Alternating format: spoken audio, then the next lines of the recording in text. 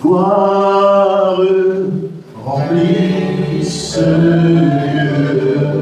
Nous voulons juste être avec toi. Juste être avec toi. Gloire, gloire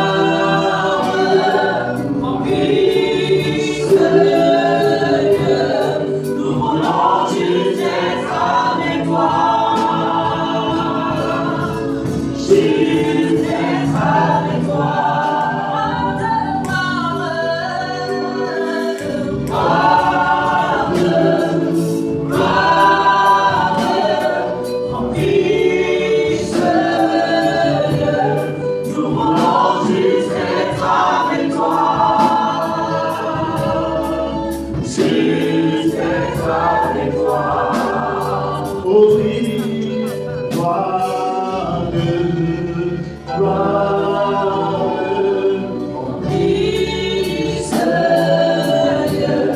Nous voulons juste être avec toi. Juste être avec toi. Père éternel, notre Dieu, notre roi, toi le roi de gloire, Seigneur, remplis ce lieu. Laisse que le grâce que je suis, Seigneur, s'efface et que la puissance de ton esprit se révèle encore en cette soirée au nom de Jésus. Père, je prie enfin que toute personne qui est arrivée ici, étant, Seigneur, malade, étant perdu, étant désemparé, que ta gloire, Seigneur éternel, mon Dieu, localise sa vie ce soir au nom de Jésus. Père, je prie ce soir, afin que les pensées qui étaient égarées se tournent vers toi au nom de Jésus.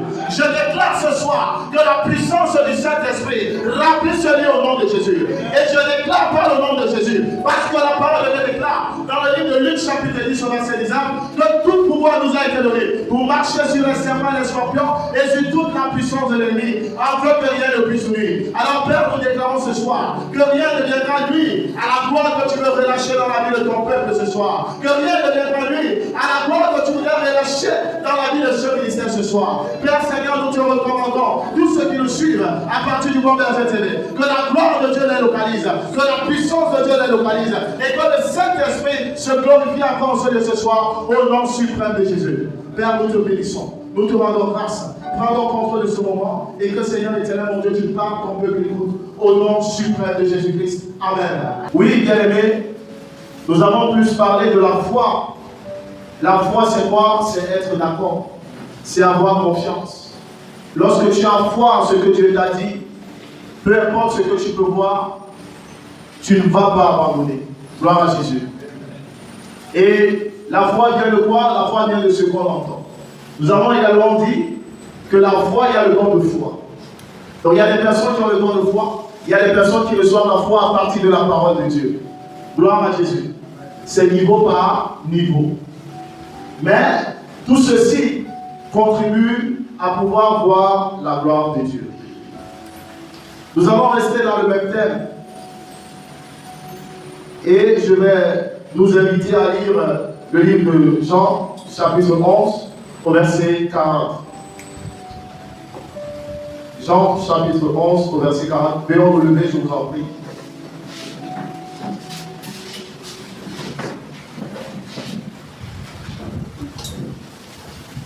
Jean 11, au verset 40, nous dit. Jésus lui dit, ne t'ai-je pas dit que si tu crois, tu verras la gloire de Dieu. Alléluia. Jean 11. Je crois que je vais commencer par le verset 39. Verset 39, la parole de Dieu déclare, Jésus dit, ôtez la pierre. Marthe, la sœur du mort, lui dit, Seigneur, il sent déjà, car il y a 4 jours qu'il est là. Verset 40, Jésus lui dit, ne t'ai-je pas dit que si tu crois, tu verras la gloire de Dieu. Alléluia. Je vais plus m'accentuer sur la gloire de Dieu ce soir. Alléluia. Nous avons déjà compris qu'est-ce que la foi et pourquoi il faut avoir la foi. Mais je suis dans le même thème, mais je vais plus m'accentuer sur la gloire de Dieu. Vous savez, bien aimés, lorsqu'on parle de la gloire c'est quoi? La gloire de Dieu, c'est quoi? La gloire, dans son sens propre, c'est tout ce qui rayonne, c'est tout ce qui éblouit. Gloire à Jésus. C'est tout ce qui est beau. Waouh! Lorsque nous voyons la gloire de Dieu. Et lorsque nous lisons le livre de Jean 11, à partir de son verset 39, nous essayons de comprendre qu'il y a un paradoxe. Comment est-ce que Jésus peut dire à Marie que tu verras la gloire de Dieu, tandis que son frère Lazare est mort depuis 4 jours? Quelqu'un dira, peut-être Jésus se moquait d'elle. Gloire à Jésus. Ça semble fou.